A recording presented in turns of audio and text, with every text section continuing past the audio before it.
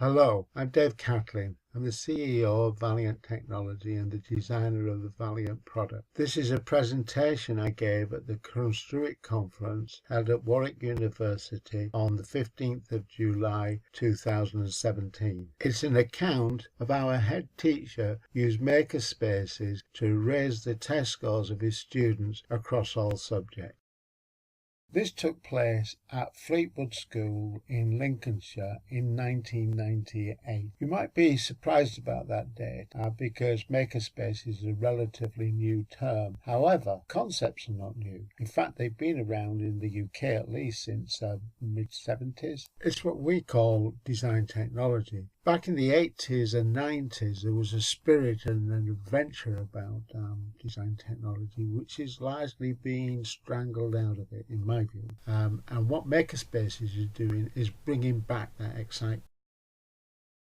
There's a personal perspective to this. It's 55 years ago next week I actually left school. I was still 14 years of age and I had no qualifications at all. But I got an engineering apprenticeship, and that is actually the ideal constructionism type of environment. I built things in the day and I had to attend technical college and night school. After 5 years, I'd done well enough to be offered a place at university where I graduated in mechanical engineering. And then I spent 15 years as a contract designer, and here you'll see one or two of the industries that I worked in, with small select.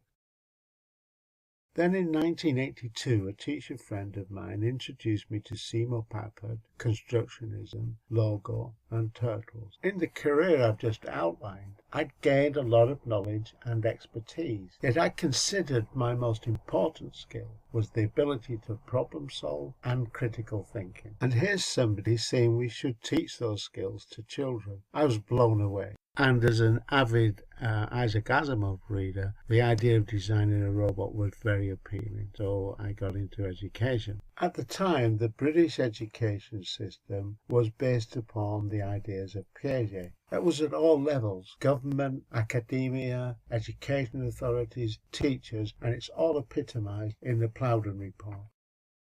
Of course, I didn't know any of this at the time. I was just driven by the inspiration that Papert had supplied. When I started to see what was going on in schools, well, I had my reservations and a lot of questions. A lot of the implementation seemed to be very idealistic. Projects that teachers were doing with children was often very wishy-washy. There was no clear focus about what they were learning. And if you asked children what did they learn, often they didn't know. Not surprisingly, this provoked backlash.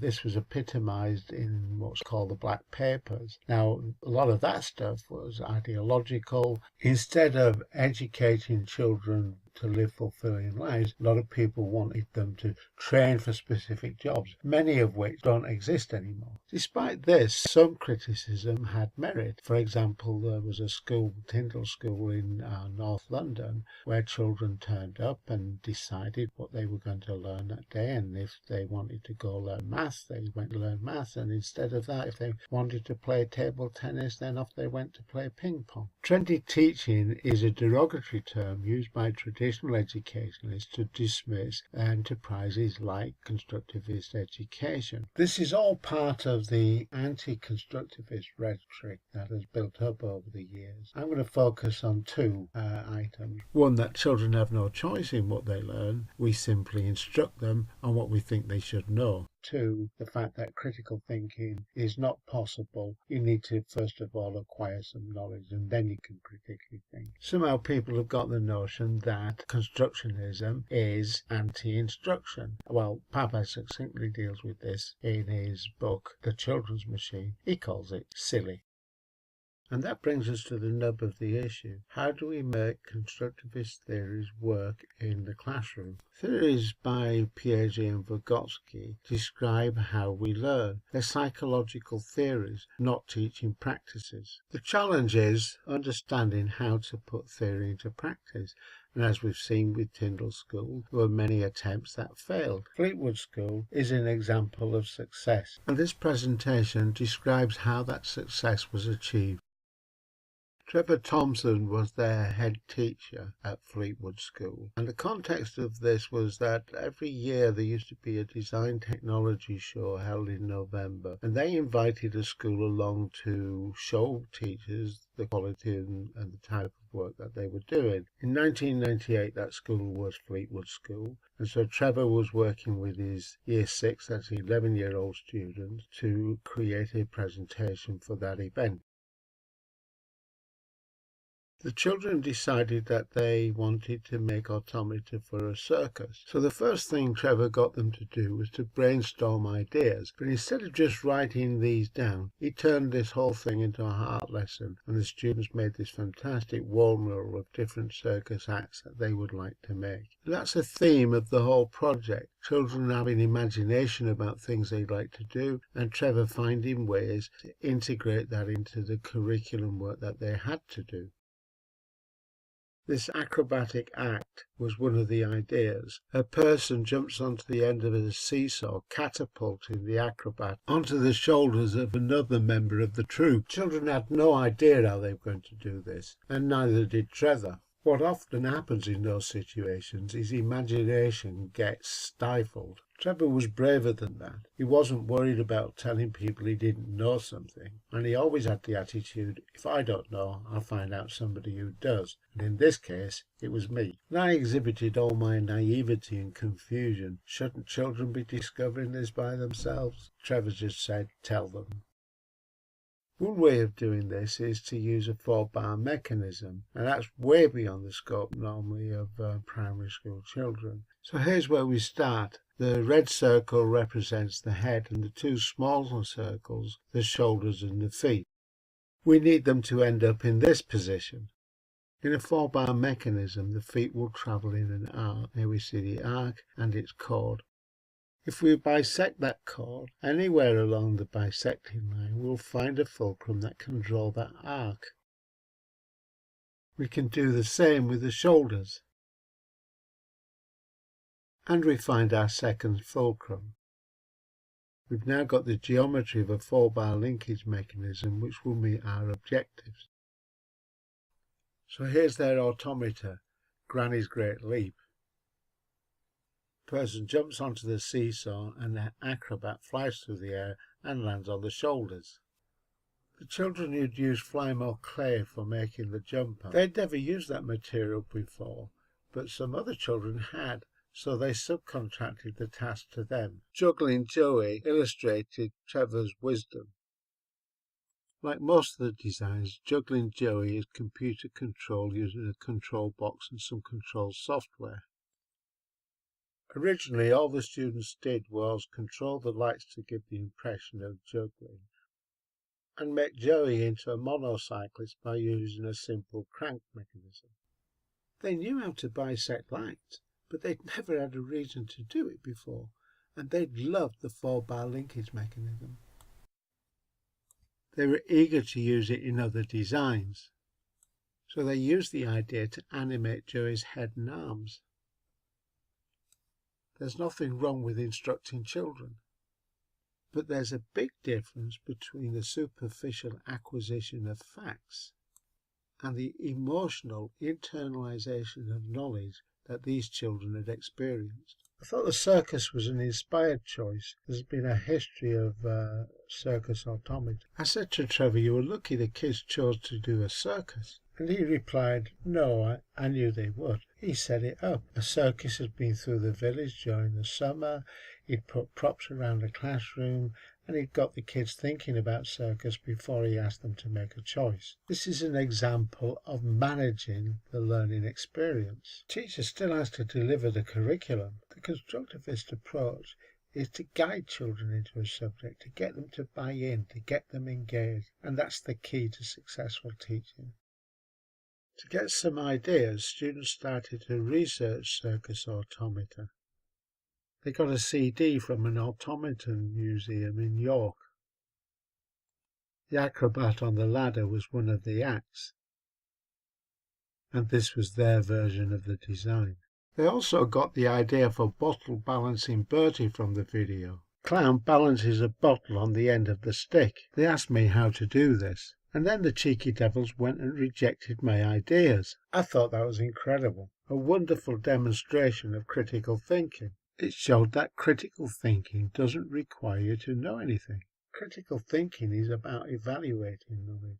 Do I know enough? Do I need to know more? How could I find out more? Does it all fit together? These children didn't have a clue how to do this, but they gathered information, analysed it, and in the end rejected my pulley design and went for a pneumatic system. This is Nick the Knife. He's throwing knives at Barbie while blindfolded. You'll notice Bottle Balancing Bertie, Nick the Knife, Granny's Great Leap, Juggling Joey. These are all alliterations. This is not accidental. It's a deliberate link to English lessons. Trevor worked very hard at making connections between this project and the curriculum. Apart from the obvious coding and simple mechanisms, the human cannonball involves students studying Newton's laws, trajectories, and energy transfer. In history, they were studying the Victorians. They came across inventions like the zoetrope. In science, they studied light and how the eye works. So they created Tom's terrific trapeze. They also created a fire eater and a seal bouncing a ball. Trevor was always looking for ways to involve the community in big projects like this, and in this case he set the children some homework. This was a Victorian toy. Parents, grandparents, brothers, sisters, mothers, everybody would get involved. The school took their automaton along to the D&T show and explained to the teachers what they'd done. But they also carried on designing and making at the show.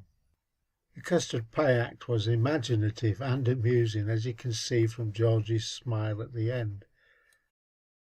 I thought their design was quite clever, as this simulation showed its combination of gears, levers and pulleys. After the show, they carried on working on the project. They'd arranged to be guests of the circus. Clown used to be a teacher. He showed them around and introduced them to all the different circus acts. This involved the children writing business letters to the circus. They wrote poems and essays about circus life. All of this was authentic learning based upon the children's own experience. This is Year 6 artwork in the style of stained glass windows, inspired by the project. Like other artifacts created by the project, Trevor had them displayed in the school corridors. Trevor had done this deliberately so that the enthusiasm would spread throughout the school, and we started to see artwork from younger children like these clown faces appearing in the corridors. The parading elephants was the contribution to the circus from a younger age group. Here you see Daddy, Mummy and Baby Elephant on parade. The teacher used this to talk about diameters and circumferences. Children could see that the wheels were travelling the same distance, but some were turning faster than others. Why? The project ended with a Christmas circus display, a show and tell for the parents. The children and the staff made a room look like a circus tent. All the children's work was on display. The students wrote and performed a presentation. It was a wonderful evening. This diagram is from How People Learn. It represents the ideal learning environment. But I believe this is the environment that Trevor created. It is child-centred, but it's also focused on knowledge acquisition. Yes, he kept his eye on assessment and testing, but it certainly wasn't teaching to test. And he did all of this very consciously within a community atmosphere. This is an example of Trevor's approach. His school wasn't particularly full of bright kids, but he got the best out of them, and that was reflected in the test scores. That's not the only indicator. Even in a rural community, parents have a choice of which school they send their children to. Trevor's school gradually became oversubscribed. People wanted their children to go there. In conclusion, makerspace projects can help you create fertile learning environments. They balance constructivism and instruction, helping you raise test scores while enabling the child's imagination, curiosity and thinking skills to thrive. As a postscript, I've included one or two acts that didn't appear in the presentation. This is the clown car. The children adapted a radio-controlled car to make this work. This is the trick riders. I remember at the exhibition a lot of teachers looking at this and not understanding how the kids had actually got the acrobat to jump over the bar. It's only when they looked closer did they see the children had designed a clear plastic ramp so you couldn't see the mechanism.